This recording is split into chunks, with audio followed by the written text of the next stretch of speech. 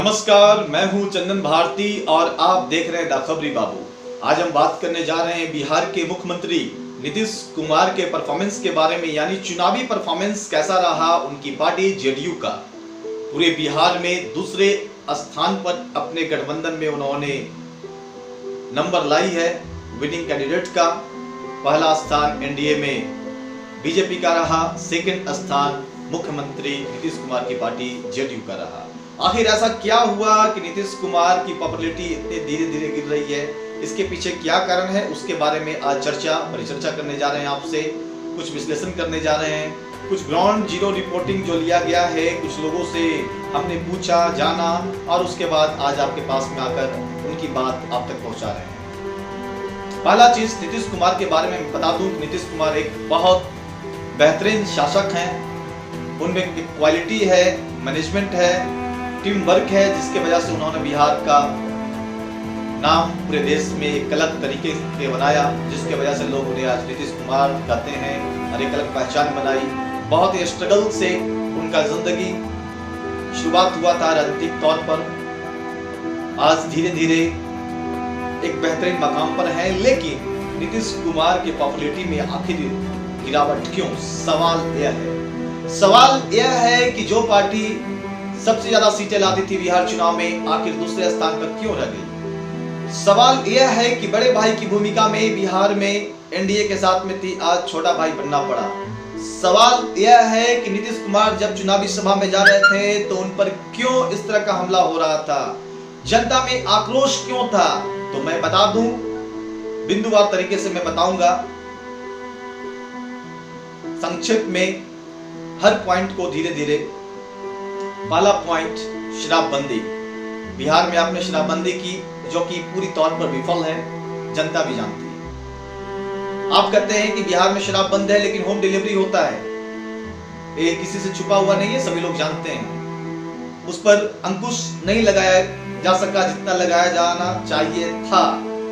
शराबबंदी, जनता बोलती है कि हमारे निजी आजादी पर हमला है शराबबंदी का। नीतीश कुमार ने कभी नहीं सोचा था कि हम जनता के विरोध में जाकर इस तरह का निर्णय लेंगे। शुरुआती दौर में जब शराबबंदी हुई थी तो उन्होंने प्रमाण पत्र या आधार कार्ड को दिखाकर शराब लेने की बात हुई, लेकिन विपक्ष के दबाव में राजनीति का शिकार होकर उन्होंने पूर्ण शराबबंदी बिहार में कर दी।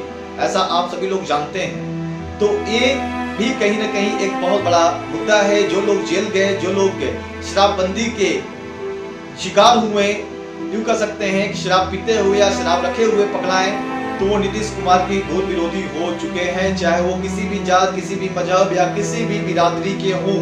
ये होना ही था। पूरे भारत में शराबबंदी का एक जो बेहतरीन आपने प्रशासनिक तौर पर शुरुआत की थी, लेकिन ये विफलता का एक पहला कारण है जो कि आपके ग्राफ को नीचे गिराता है। सेकंड, आपके चुनावी जो स्थिति है उसको नीचे लाने में चिराग पासवान का हुआ। चिराग पासवान को आप विश्वास में लेकर आपकी एनडीए पार्टी लेकर नहीं चली, जिसके वजह से चिराग पासवान, आप जहां जहां खड़े हुए, चिराग पासवान वहां वहां खड़ा होकर आपका वोट काटने का काम किए। ये कह सकते हैं कि वो अपना वोट बनाए, काटने का मैं नहीं कह सकता हूं, वो अपने पार्टी की, वो अपने आजाद हैं चुनाव लड़ने के लिए। लेकिन ये भी एक फैक्टर बहुत बड़ा है, Chirag factor. Second point. Third point यह है कि आपका ब्यूरोक्रेसी, जो जनता में विश्वास होना चाहिए था, पुलिस पब्लिक का कहीं ना कहीं बहुत बड़ा गैपिंग है। पुलिस को ज्यादा आजादी है, जनता पर हावी है। इस बात को तेजस्वी यादव हमेशा सभा या चुनावी सभा में करते आ रहे हैं। यह भी एक बहुत बड़ा मुद्दा है, जिससे जनता को लगा कि वाकई में तेजस्वी यादव जो बात बोल रहे हैं वह बात में सच्चाई है। क्यों न तेजस्वी यादव को मौका दिया जाए, जिसके वजह से भी यह चीज मुद्दा बना। एक पॉइंट और है रोजगार का, अभी है रोजगार का मुद्दा। पर्यटन में जिस तरह से आपने कहा था असीम संभावनाएं है रोजगार का, पर्यटन से संबंधित किसी भी तरह का रोजगार बिहार में अभी तक नहीं आ पाया जितनी संख्या में आनी चाहिए।